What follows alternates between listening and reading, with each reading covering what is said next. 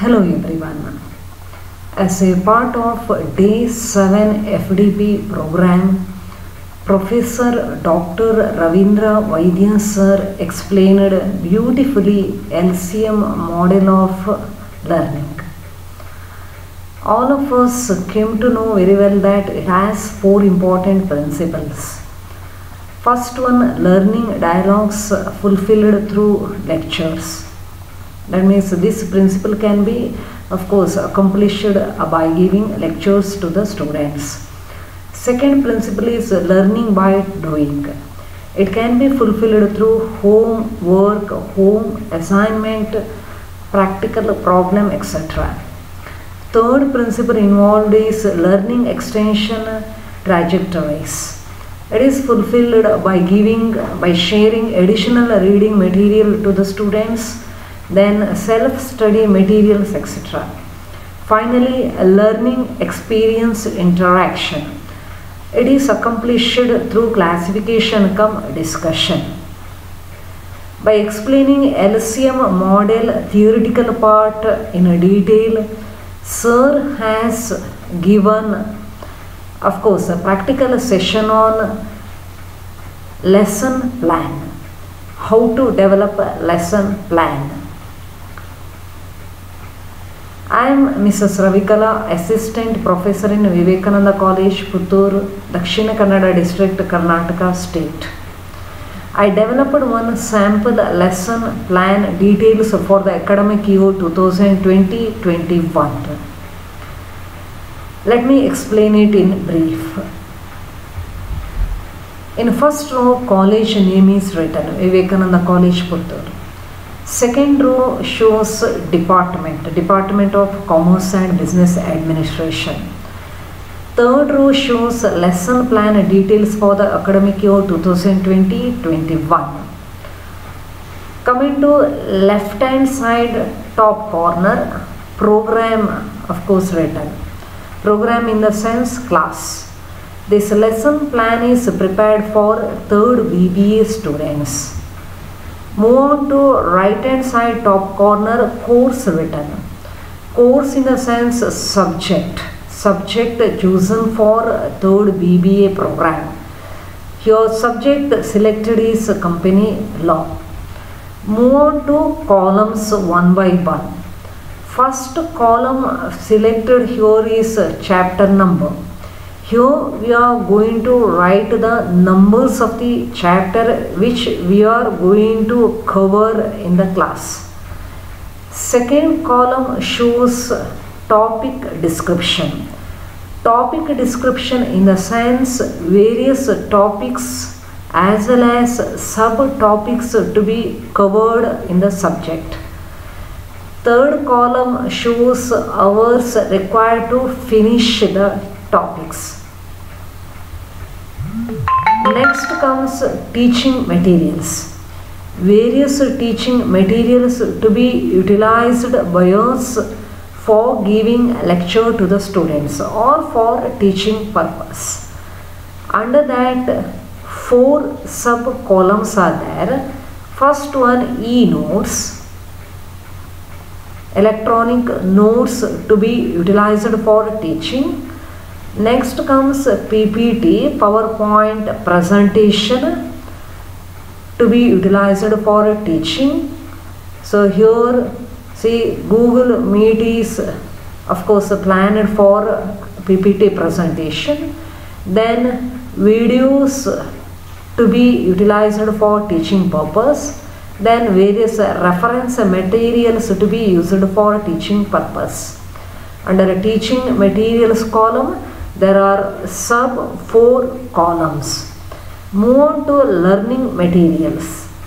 Various materials to be shared with students for their learning purpose come under this column. Under this column, 5 sub columns are there. First one, e-notes. Electronic notes to be shared with students, we have to plan here. Then a PPT to be shared with the students, you have to plan here. Videos to be given to the students or shared with the students to be written here. Then reference materials to be shared with the students to be written here. So this is about 4 columns, and one extra column, of course it is in middle, it is assessment column. So in our lesson plan we have to write how we are going to assess the performance of the students. So here we have written test through TestMoS software, then assignment to the students. So we are going to assess the performance of the students through test as well as assignment. Coming to remaining columns, self-learning materials that should be, of course, shared with the students or developed by the students or collected by the students. Then weak learner in the sense, of course, slow learners. So how to motivate them, how to, of course, bring them into track. So what type of plan that can be used for slow learners should be written here. This is about advanced learner. This is about how the advanced learners can be encouraged or motivated, what type of materials to be shared with them, what type of videos, then e-notes to be shared with them, everything should be written under here. Then content beyond syllabus, to develop the personality of the students along with, of course, subject, syllabus, some extra knowledge should also be given to the students. So what type of materials, contents to be shared with the students, to be discussed with the students should be written here. Coming to last one, that is any other relevant information. So any other information, of course, relevant to the subject to be discussed with the students, to be shared with the students should be written here. For almost all the teaching materials, learning materials, as well as other columns, here I have written link. Link in the sense the link of, or we can say that URL of e-notes, PPT, videos, reference materials, of course, to be used for teaching, to be shared with the students for their learning purpose written here. So here you have to mention the web link or that link to be utilized or to be shared with the students. So move on to chapters selected in the lesson plan. In total 7 chapters are selected in the lesson plan. First one is Introduction to Joint Stock Companies. Under that, subtopics selected are definition and meaning of company, features of companies, types of companies, privileges, exemptions enjoyed by the private companies as compared to public companies, then conversion of private companies into public companies. So by following rules and regulations contained in the Companies Act, we can convert private companies into public companies. That is the last part of the first topic. So as per the plan, hours allotted is 15 hours. Coming to second chapter, second unit or second topic selected, that is the formation of the joint stock companies.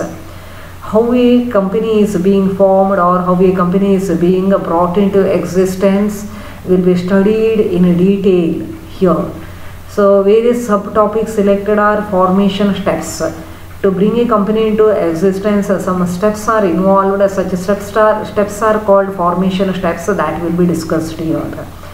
So here first formation step is promotion of companies. So that will be discussed, of course, in detail again. Again, that registration of companies is also another step. So to enjoy separate entity in the eyes of law, registration is must for joint stock companies. How a company is being registered with the registrar of companies, what are the documents required for registration, what are the steps required for registration, everything is discussed, everything will be discussed here. Then capital subscription. All of us know it very well that a company generally raises share capital by issuing shares to the public. If it is a public company, it goes to the public to raise capital. How the capital is being raised by issuing shares is discussed here. So important documents of the company, memorandum of association and articles of association. So these two documents have their own contents, their own clauses, and how, at what point of time these documents are being prepared, everything will be discussed. It's a big chapter, so just like first chapter. So hours allotted is 15. Move on to third chapter, that is a prospectus. So prospectus is an invitation to the public to apply for shares. So if a company is going to issue shares to the public, it has to bring it to the notice of the public that it is going to issue shares to the public. So same is being brought to the notice of the public by issuing prospectus. So prospectus acts as an invitation to the public to apply for shares of the company. So it is a small chapter compared to first one and second one. So the hours allotted is just 10. So important subtopics which are being covered are definition and meaning of prospectus, rules governing issue of prospectus, various contents of the prospectus, finally liabilities for misstatement or wrong statement in prospectus. Coming to fourth chapter covered in a lesson plan, that is membership of companies. So owners of the joint stock companies are called members. So they may be shareholders also. If a company has share capital, so you find shareholders as members. So if a company does not have share capital, you don't find shareholders in that company. So you find only what owners, of course, called members in that company. So who is a owner? So definition and meaning of member, then who can become a member of the company, various methods of acquiring membership in a company, various methods of termination of membership in a company, then important statutory book relating to the members, that is register of members. So these are all discussed in chapter 4, being that membership of companies. It's also a small chapter as compared to first one and second one, so that hours allotted is only 10. Coming to fifth unit, that is company management. So important chapter. So we know it very well that in a company there is a separation of ownership from management. Ownership vests with the owners called members or shareholders. Management part vests in the hands of the elected representatives of the members called board of directors. So we are going to discuss details. We are going to discuss in details that directors in this chapter. So appointment and removal of directors, powers, duties of directors, then their liabilities. Again, one more person in the company, that is company secretary, his appointment, his qualifications, his duties are discussed here. Here hours allotted is 15 hours. So move on to chapter 6, that is company meeting. It's also very, very important chapter. Meeting in the sense gathering for a particular purpose. So to discuss any matters and to decide on various matters, meeting is must. So various subtopics selected here, meaning of the meeting, essentials of valid meeting, essentials in the sense various rules governing valid meeting, finally types of company meeting. And types we come across: members meeting, then board meeting, meeting of the board of directors, debenture holders meeting, creditors meeting. So this is big one as compared to previous chapters. So that hours allotted is 15. So coming to last unit, last topic, a small one, that is winding up of companies. So here we are going to discuss types of winding up of companies. Generally there are two types of winding up. So winding up by the tribunal, it is also called compulsory winding up, and second one is voluntary winding up. So voluntary winding up in the sense winding up at the desire of the members or creditors of the company. While winding up is brought, you find one person who takes care of the winding up proceedings. He is called liquidator, and he has to perform certain duties, functions with regard to winding up. So that liquidator and his duties will be discussed in the last chapter.